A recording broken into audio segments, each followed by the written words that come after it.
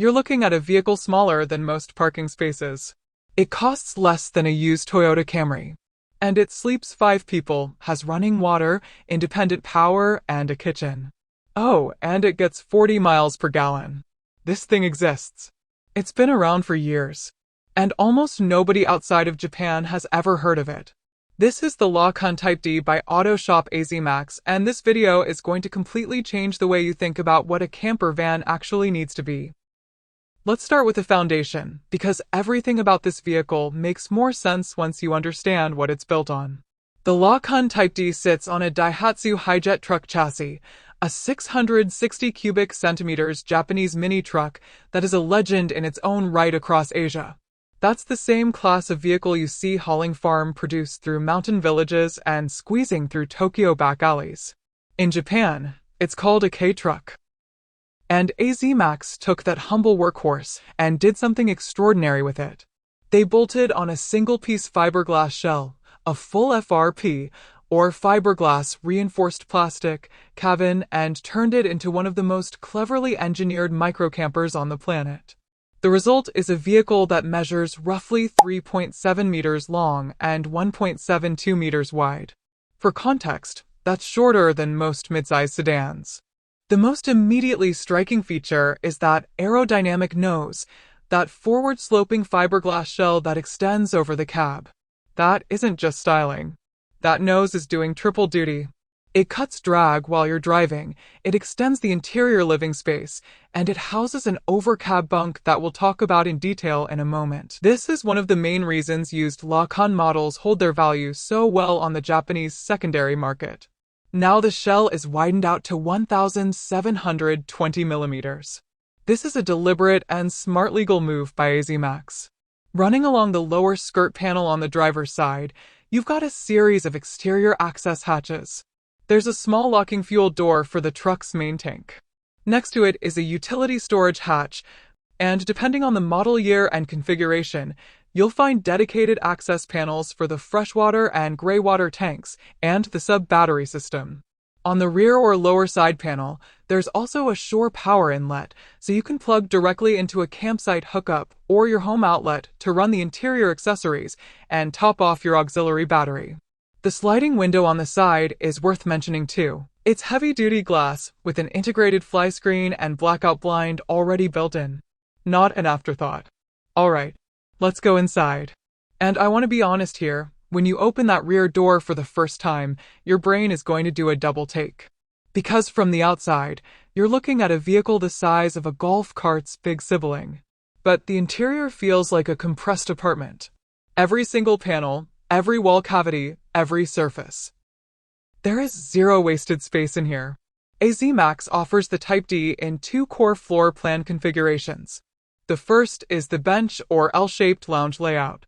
During the day, you've got a full L-shaped sofa arrangement around a central removable dinette table. It's a proper social space. You can sit 4 people around that table comfortably for a meal. When it's time to sleep, the table drops down and slides into position to bridge the gap between the bench cushions, converting the entire lounge into a double bed. It's a system that's been refined over years of iteration, and it works. And then above your head is the feature that makes children immediately lose their minds and adults immediately jealous. The overcab bunk.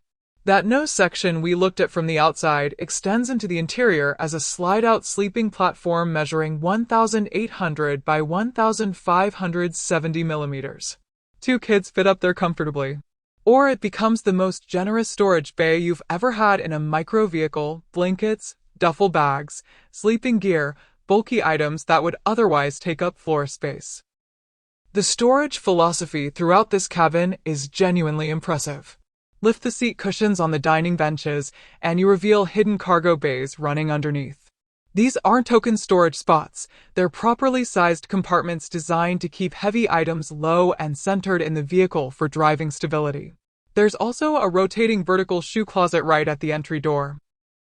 The kitchenette block is built into the cabinetry, a folding faucet, and 10-liter fresh and greywater tanks mounted in the lower cabinet.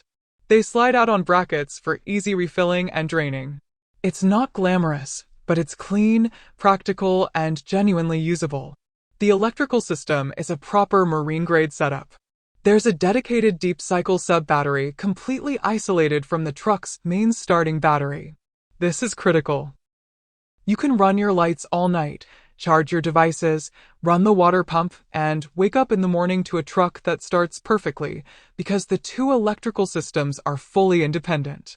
The wall-mounted switch panel controls LED overhead lighting, the water pump, 12V USB ports, and 100V AC outlets connected to an internal power inverter. Everything is centralized and labeled. No hunting around for switches in the dark. The windows use dual-pane acrylic, condensation-resistant, thermally efficient, with integrated fly screens and thermal blackout shades. In a vehicle this compact, cold weather camping can be miserable if the windows are fogging up constantly. AZ Max addressed it properly. One thing I will be transparent about, the La.kunn Type D does not have a toilet or shower. And honestly, this is where the Japanese approach to camping is fundamentally different from the Western mindset. Japan has an extraordinary network of michi-no-eki roadside rest stations that are clean, maintained, often beautiful, and free to use. And the country has thousands of onsen, public hot spring bathhouses that cost a few hundred yen and give you a proper hot soak. La.kunn is designed around that infrastructure. If you're camping in Japan, you genuinely don't need onboard bathroom facilities the way you might elsewhere in the world. Now, let's get to the numbers, because the price picture on these vehicles is genuinely interesting.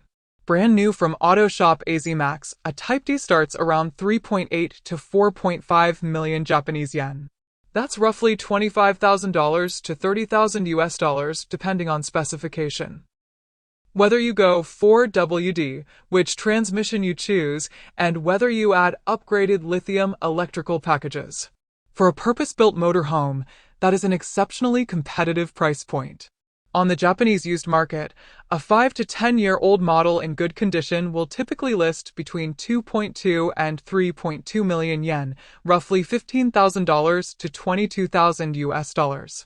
And because the FRP Shell doesn't rust and the Daihatsu Hijet drivetrain is known for longevity, these aren't deteriorating examples. They're genuinely solid used purchases. If you go older, 20 to 25-year-old units built on earlier chassis, you're looking at 1.2 to 1.8 million yen, which puts you in the $8,000 to $12,000 range. At that price, for what you're getting, the value is almost absurd. And the fact that most of the world is only just discovering it tells you something about how underrated Japanese camper culture genuinely is. If this kind of engineering interests you, there's a lot more to explore in this space. Drop a comment with what you want to see next, whether that's import logistics, other AZ Max models, or a full comparison against Western microcampers. And if this video gave you something to think about, you know what to do.